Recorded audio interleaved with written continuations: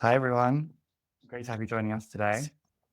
I'm Steph. I'm a lead customer success manager at Bazaarvoice. I'm dialing in from London today, so live from London.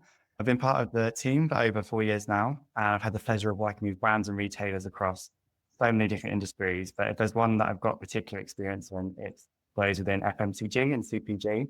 And that's following on from my experience at a retail media agency as well previously. This session is with SJ from Pladis, a company I work with as a strategic partner, understanding their objectives, realizing business value, building joint plans together to really maximize their UGC efforts, all of which we'll dive into today. SJ in Pladis' digital shopper team, and I'll hand over to you now, SJ, to introduce yourself. Hi everyone, I am Sarah-Jayne or SJ and I'm dialing in from Manchester in the UK. I lead the cross-functional efforts on content, brilliant basics and digital shelf, upskilling the team in this fast evolving space. I have been in FMCG for about 7 years, starting as a graduate at Nestle in IT and then finance and then moving to Pladis. For those of you that don't know, Pladis is one of the world's fastest growing snacking companies, housing iconic brands like McVitie's, which is the third most chosen brand in the UK, Jacobs, Cars, and then more globally, Godiva, Ulker, and more. Thank you, SJ. So today we'll cover how Pladis drives choice through UGC in an AI-driven market with a strong focus on grocery retailers. Now, unlike high consideration products like electronic, beauty, fashion, which understandably need a good level of reviews to help consumers make their purchasing choice, those of you at home might be thinking, okay, well, snacks are lower stakes, right, in comparison. But having low reviews or a handful of negative reviews versus competitors is still going to be costly for your brand at the shelf and how you're discovered. Review content feeds into AI search algorithms, retail algorithms, etc. So in snacking, it's all about that be chosen moment, as we can see here, that point of conversion amid fragmented journeys, social, retail media, AI search, retailer's own search, and a strong UGC strategy really helps brands to cut through in this landscape. And I know that's been a huge focus for Pladis, hasn't it, SJ? Yeah, that's right. I think shoppers bounce across channels, but UGC makes us unmissable. With low ASP products like the products that we make, building instant trust is crucial so that our brands aren't just seen but picked every time. Absolutely. And there was a clear job to be done in terms of showing up more strongly on the shelf, looking at, syndicating your content out across the retailers. I know that biscuits are often seen as kind of an impulsive buy, but I know the data actually says otherwise, doesn't it? Yeah, so whilst we are a category leader, we realised that e-commerce was an opportunity that we hadn't tapped into enough, especially as we became more competitive post-COVID. We must ensure that we not only drive customers to the category, but that they choose our products over competitors. COVID really step changed the online grocery market, growing 80% year on year from 2019 to 2020. With 20% of our sales going through online, we have been on a real journey to fix the basics and ensure that our digital shelf metrics are appropriately monitored, reviewed, and maintained. And I think this is what really kickstarted our partnership with Bazaarvoice. Absolutely. Got some great brands in there. And sorry, I know I've just mentioned about biscuits, the category kind of being quite different to shop, and we've got some more stats on here. I think one of the things that you tried to do here was not fix everything at once. You're actually very strategic in your approach. Yeah, for sure. So, in fact, 63% of shoppers actually conduct research before they buy, and that's inclusive to all categories. So, we found that only having 3 stars or lesser than 10 reviews was quite a major concern for us in terms of visibility in digital shelf. So, we had to form our strategy by prioritizing brand by brand, otherwise, this just wouldn't have been realistic.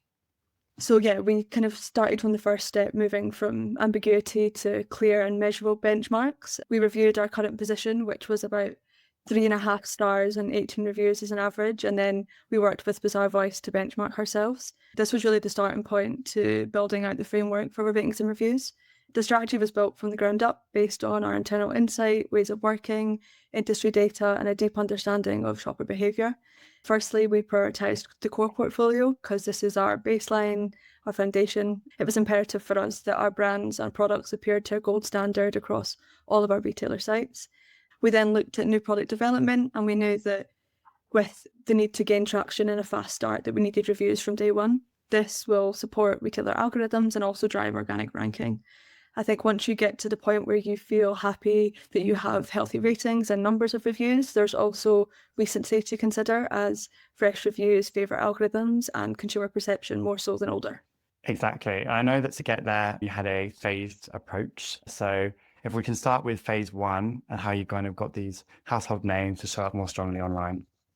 Yeah, so phase one was about clarity. So after an extensive data review we used to benchmark our digital shelf against competitors, we took a three-pronged approach to ensure that we not only had enough reviews, but that they were relevant and authentic.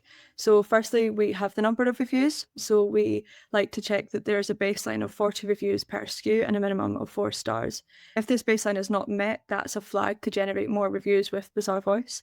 Next, are the reviews fresh? So are they less than 6 months old?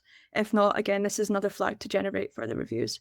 And finally, are they fair? So are the latest 3 ratings, within 1.5 stars of SKU average? If yes, then we would consider that optimized. If no, then again, this would be a trigger to generate more reviews. We focus on high impact brands to secure leadership buy-in, and then liaise with our marketing teams to share what goes on in the background and how we maintain and boost visibility to drive the all-important conversion. And I think this flows quite well into the flow that we have on the screen here. So audit, analyze, prioritize, and then align. Perfect. And then phase two was more about execution at scale. So you carried out sampling campaigns via Bazaarvoice to generate review content, targeting your ideal shoppers through all the touch points available that we've got about our community, demographic data, social presence, product data. Could you bring that second phase to life for us a little bit as well? Yeah, I think this was a real journey. So when we first entered phase two, we were perhaps naive to the importance of precision targeting. It was important for us to understand the differences and the input that had across our various brands. This is where the authenticity piece comes in and the value of listening to our consumers. We reached shoppers whose profile matched our core, our MPD, and our seasonal products, but we also were really strict in ensuring that they were authentic and high quality reviews and that they landed exactly where they drove visibility and, of course, sales. Perfect. So sampling really acts as a scalable engine, right? It's fueling volumes, indicating that across to your key retailers, right where shoppers are deciding. Thank you, SJ. Another thing that I'd love to touch on that really stands out about Pladis is how you've integrated UGC into your culture as well. You've got different teams involved, ecom, digital, brand marketing. Yeah. Well, if you could share a bit more about this. Yeah, for sure. I think internal collaboration for us was key. So brand managers owned the process of briefing our campaigns directly in the portal with Bazaarvoice, whilst I will review the data and recommend which brands to boost throughout the year. This is done preemptively at the start of the year when we build out a plan, brand by brand, SKU by SKU, across both core, MPD and seasonal. However, unsurprisingly, with the nature of FMCG, things do change. So working with Bazaarvoice closely enables us to remain agile. We also must remain collaborative, both internally with our senior leadership teams and our brand teams, but also with our team at Bazaarvoice. At Pladis, we have a bit of a terminology that we use called taking others with you. And this is an approach that we have taken with Bazaarvoice, and I think it's been really vital to this partnership. To embed the strategy, we brought the Bazaarvoice team into our offices, and we had a few e-com rundown sessions for our new starters and our brand teams, ensuring that everyone understood how UGC directly contributes to the business goals that we have internally. This was followed up with further internal sessions with sales, marketing, and all levels of seniority to ensure that they are aligned to the e-com strategy and our ways of working. To be clear, this is a continuous process that moves with brand, product, people, technological and legislative changes. It's important for us that the business understand that sampling isn't just product in hand and that it's scalable revenue. At this point, review generation is now standard practice within our organisation, and it forms a part of the fundamental route to access market for our MPD. Absolutely. It's that understanding that this is rich content that's driving your performance online. Let's talk about the impact that we had. So together we nailed the brilliant basics. If you could take us through some of the results that we saw. Yeah, so we prioritised our digital shelf and utilised it from an untapped opportunity to a competitive powerhouse. We set a new excellent standard of 4 stars and 40 reviews across our entire portfolio. That foundation is now, really driving choice at scale in what is a very crowded snacking space, and it makes retail media work harder for you as well, as we can see in the Jacobs example that we've got here on the slide. Yeah. When it came to quantifying the impact, Bazaarvoice collaborated very closely with Pladis to measure the impact of the review generation campaigns on sales performance across the 4 largest UK grocery retailers. And as we can see on the slide, we saw some amazing results here.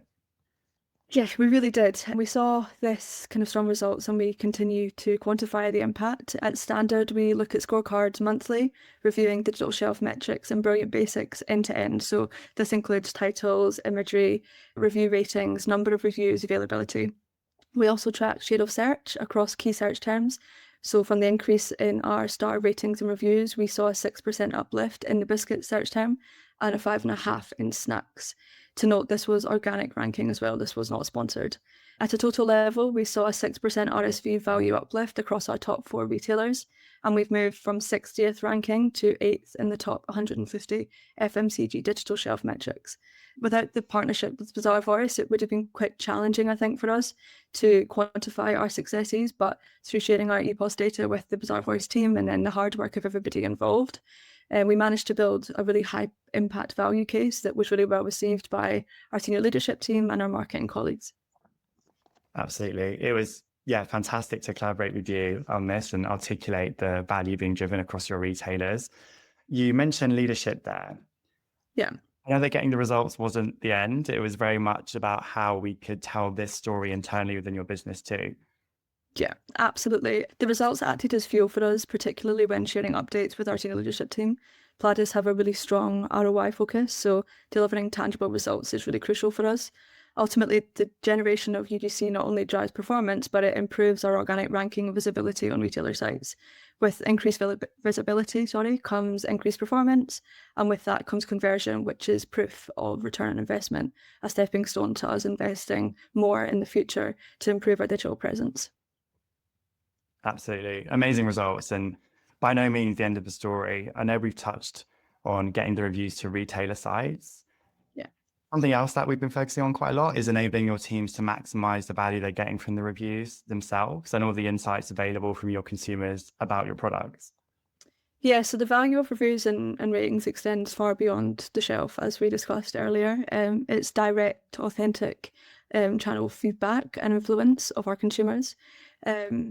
They contain so many insights for brands to review, lift, and leverage across other channels. So Pladis are now looking to leverage this data to inform strategies across the business, from MPD creation to execution, and further research as to what consumers want and need from our brands and products.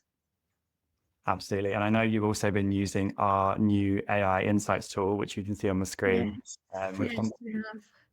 Yeah, we've been active in the pilot of the Ask Anything feature over the past few months. The adoption of AI in this way really allows us direct access to the voice of the consumer, and it provides a space for quick and reliable insight for our marketing teams that can be used to support not only the marketing teams, but beyond as well.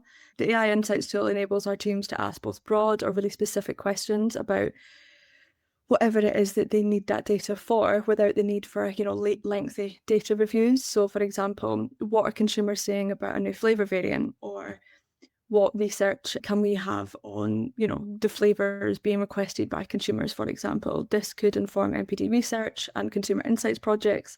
The list kind of goes on.